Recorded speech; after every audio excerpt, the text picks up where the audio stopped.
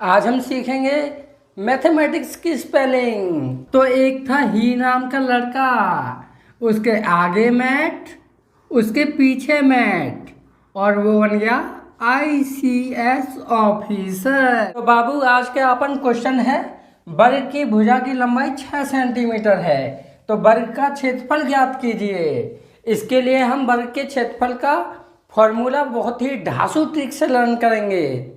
वर्ग के क्षेत्रफल का फॉर्मूला है, ना मिला खुदा ना मिला प्यार, वर्ग का क्षेत्रफल भुजा स्क्वायर। वर्ग का क्षेत्रफल भुजा स्क्वायर। सीख ले बाबू, सीख ले।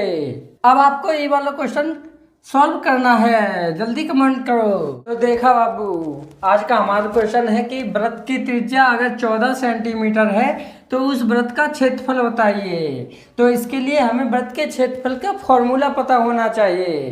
तो इसकी बहुत अच्छी ट्रिक है। नौकरी के चक्कर में छोड़ दिया घर बार, वृत्त का क्षेत्रफल पाई आर स्क्वायर। तो वृत्त का क्षेत्रफल होता है पाई आर स्क्वायर।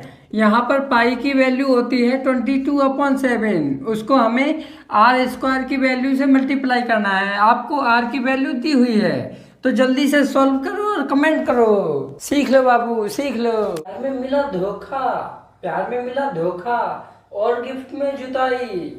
त्रिभुज का क्षेत्रफल 1/2 गुणा आधार गुणा ऊंचाई। सीख लो बाबू, सीख लो। अब आपको ये क्वेश्चन बताना है, एक त्रिभुज का आधार 10 सेंटीमीटर और ऊंचाई 6 सेंटीमीटर है, तो त्रिभुज का क्षेत्रफल क्या होगा? कमेंट करो। बच्चों, इस क्वेश्चन को सॉल्व करने के दो मेथड हैं। फर्स्ट मेथड है कि पहले हम 2 से 2 माइनस करेंगे तो 0 आएगा, फिर आप 0 को जब 2 से डिवाइड दे देंगे तो इसका आंसर आएगा 0/2, और 0/2 को जब आप सॉल्व करेंगे तो आंसर 0 होगा। और इसका सेकंड मेथड ये है कि पहले आप बोर्नमास रूल के अकॉर्डिंग 2 से 2 को डिवाइड करेंगे तो ये हो जाएगा 2 - 1, और 2 में से 1 माइनस करने पर आपका आंसर आएगा 1। तो आप मुझे कमेंट करके बताइए, ये वाला आंसर सही है या ये वाला? जल्दी करिए बच्चों। इस वीडियो में हम सीखेंगे मल्टीप्लिकेशन की 1 लाइन ट्रिक। इसके लिए हमें पहले 2 और 3 को मल्टीप्लाई करना है। 2 3 जा 6।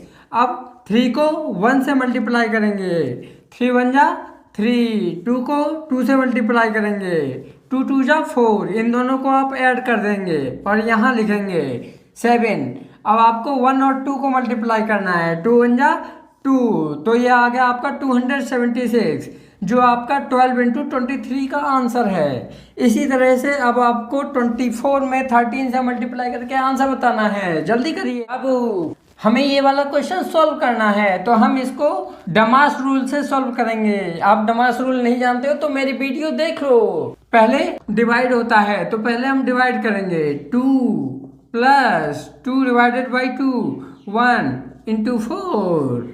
अब मल्टीप्लाई होगा तो ये हो गया 2 + 8। अब आपको ऐड करना है, 2 + 8 10 होता है, तो यही इसका आंसर होगा।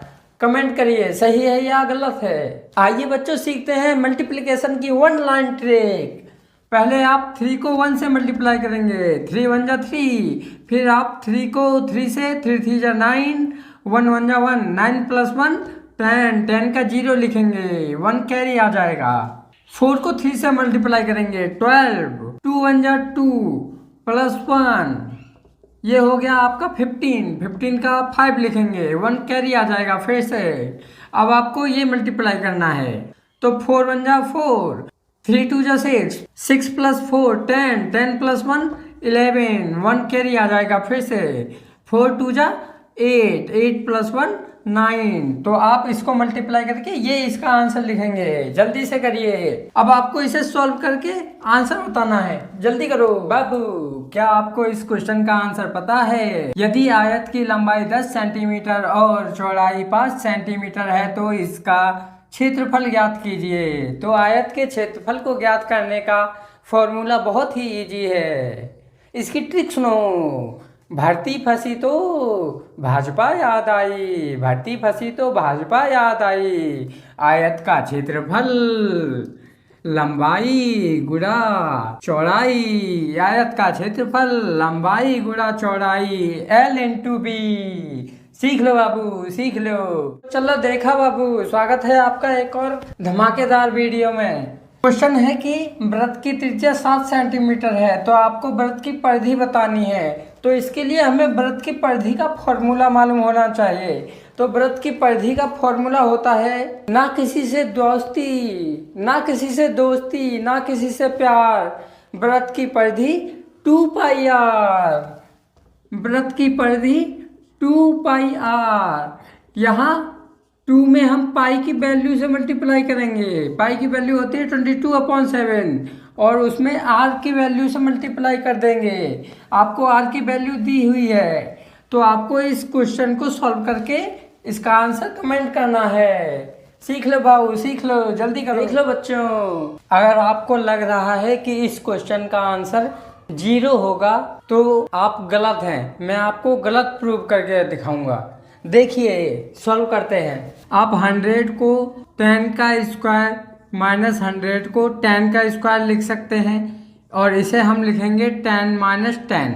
अब आपने एक फॉर्मूला पढ़ा होगा, a माइनस बी का whole square is equal to a plus B and a minus B. So इसे हम लिख सकते हैं 10 माइनस 10 एंड 10 प्लस 10 और ये अपोन में हो गया 10 माइनस 10।